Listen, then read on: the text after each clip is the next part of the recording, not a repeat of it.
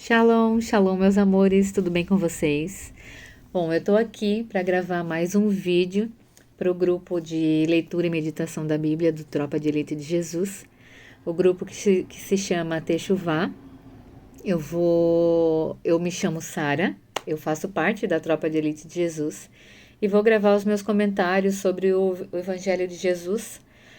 Segundo Marcos, é o último capítulo, o capítulo 16. Nós estamos finalizando o livro de Marcos e foi realmente um livro muito bom de ler, né, com muitos ensinamentos. E eu quero deixar aqui mais um pouquinho sobre o último capítulo, né? Que ele vai falar ali sobre a ressurreição de Jesus. Amém? Então, mas antes de começar a falar, né, antes de começar aí a tagarelar, eu quero orar com vocês, tá bom? Espírito Santo, lindo e maravilhoso, obrigada pela tua presença nas nossas vidas, obrigada pelo teu amor imensurável. Obrigada, Espírito Santo, porque tu é nosso parceiro, porque tu estás sempre conosco e nós podemos contar sempre contigo. Espírito Santo, por favor, traz clareza à nossa leitura, abre o nosso entendimento, abre o nosso coração, para que a palavra que tu está semeando hoje em nossos corações, ela caia em um solo fértil.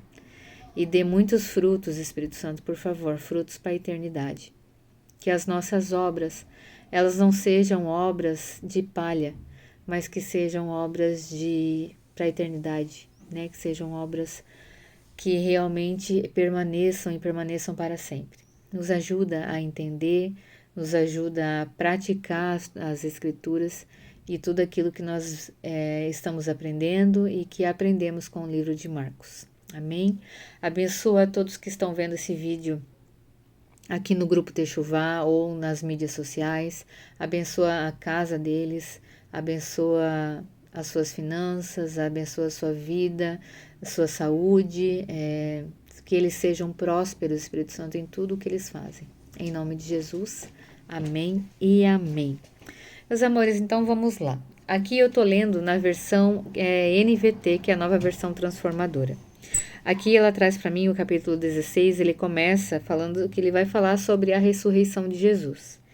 E o primeiro, eu quero ler com vocês logo ali o primeiro versículo que ele fala assim: Ao entardecer do dia seguinte, terminado o sábado, Maria Madalena, Maria, mãe de Tiago e Salomé foram comprar especiarias para ungir o corpo de Jesus. Então, elas foram comprar essas especiarias, né? Então, olha só o ensinamento que a gente pode tirar disso. Elas colocaram o seu tempo, o seu dinheiro, tudo isso para ungir o corpo de Jesus, né? Naquele tempo, ele era um ato, era um costume deles ungir o corpo, né, do defunto, das pessoas que morriam. E elas foram fazer isso. Veja só, né? Jesus ele vinha falando que ele ressuscitaria, que ele ressuscitaria no terceiro dia, que seria necessário ele morrer, mas que ele ressuscitaria. Então ele vinha falando isso, mas elas ainda não tinham crido realmente nisso. Né? Elas foram lá para fazer nela com completo respeito, com completo amor, com completo zelo. É válido, claro que sim, mas ele já tinha falado que ele ressuscitaria, né? Não seria necessário ele ser ungido, né? Ele já foi ungido antes por Maria, né? Então, olha só, né? Algo que a gente precisa prestar atenção. Muitas vezes a gente está ali sendo obstinado em algo que o Senhor já falou que não precisa, mas a gente continua fazendo ainda. E com isso a gente gasta nosso tempo, gasta nosso dinheiro, gasta muitas vezes, né, nossa saúde em coisas que não são mais necessárias. Amém? Então vamos lá. E elas então foram surpreendidas lá no versículo 5 e no 6 ela vai falar assim, ó. Ao entrarem no túmulo, viram um jovem vestido de branco sentado no lado direito.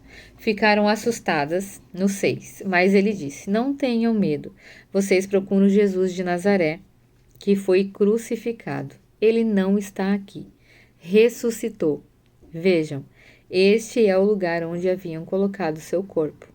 No 7. Agora vão e digam aos discípulos, incluindo Pedro, que Jesus vai adiante deles a Galileia. Vocês o verão lá, como ele lhes disse. Então, né, olha só.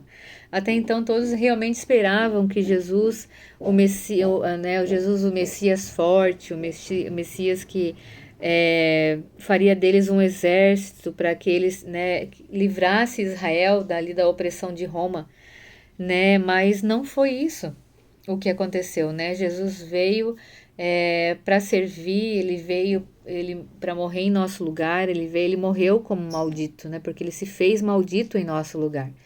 Então, né, completamente diferente do que as pessoas esperavam dele, né? E ali no 7, olha, eu achei muito interessante o 7 porque ele fala assim, ó: agora vão e digam aos discípulos, incluindo Pedro. Ele fez essa menção a Pedro, porque Pedro ele tinha negado Jesus lá né, anteriormente, antes da crucificação.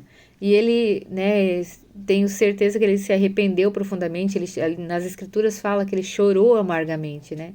Então, olha só, né? Por quê? Porque Pedro ele já estava, como ele fez isso e se achou a pior das criaturas, provavelmente, como ele já estava desolado, e começou nesse instante a cura de Pedro, né?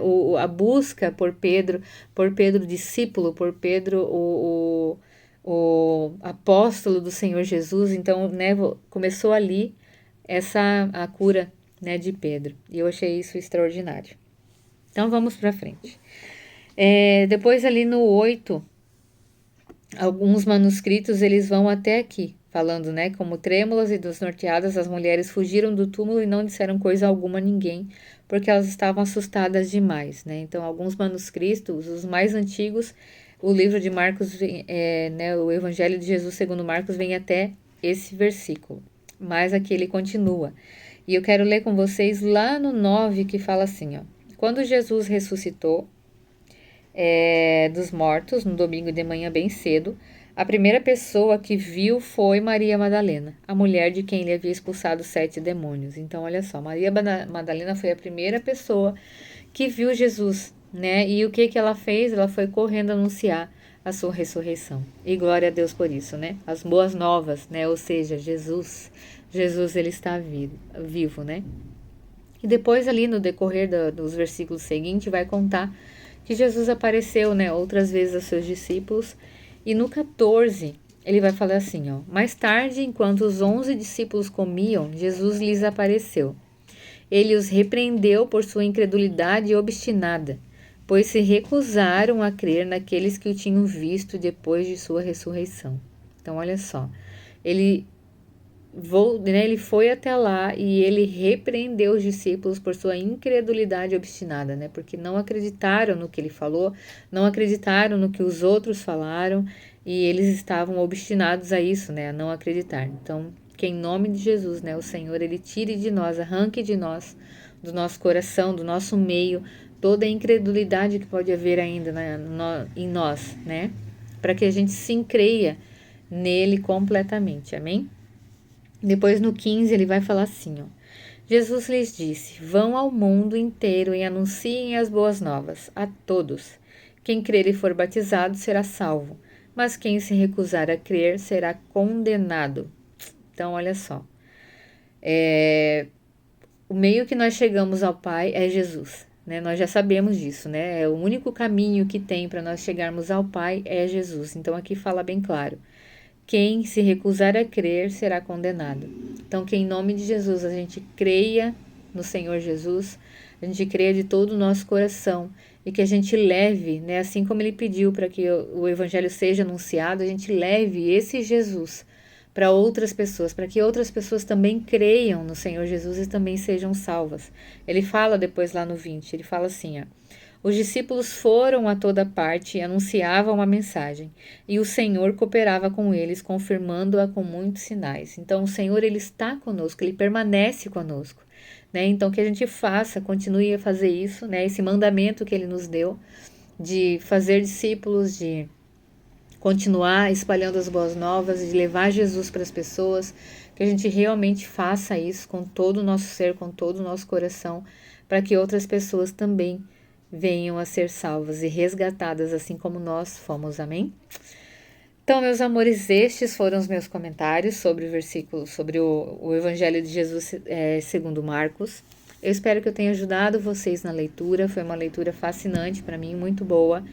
E que realmente, né, a cada livro que a gente termina é um up, assim, e valeu a pena. Né? Valeu a pena esse tempo, valeu a pena ganhar esse tempo com o Senhor Jesus, conhecer mais um pouquinho dele, e tenho certeza que, né, tudo aquilo que nós estamos lendo pode ser que a gente não lembre assim facilmente, mas ele está sendo armazenado para que quando o Espírito Santo, né, quando for necessário, o Espírito Santo vai lá e resgate na nossa memória. Amém? Meus amados, um beijo e até a próxima leitura. Tchau!